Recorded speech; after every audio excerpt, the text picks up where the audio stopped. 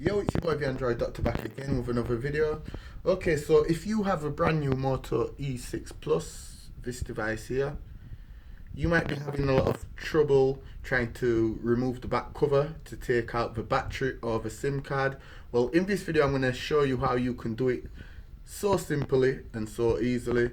So all you have to do is on the side where you see the volume rocker and the power button, the right hand side here, just look down here at the bottom. You will see this little groove.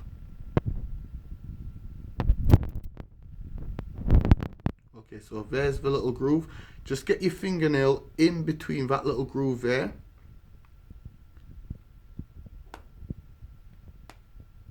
and just lift it up.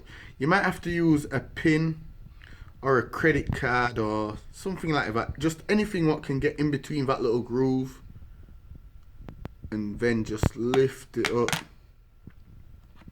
and take it off. And then from here you can remove the battery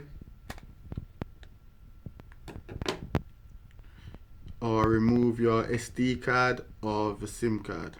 It's as simple as that. And then once you're done, you can just place back in your battery and then line up the back cover with the camera and the fingerprint scanner just like that, and place it back on, and then just go around the edges like this, go around and around,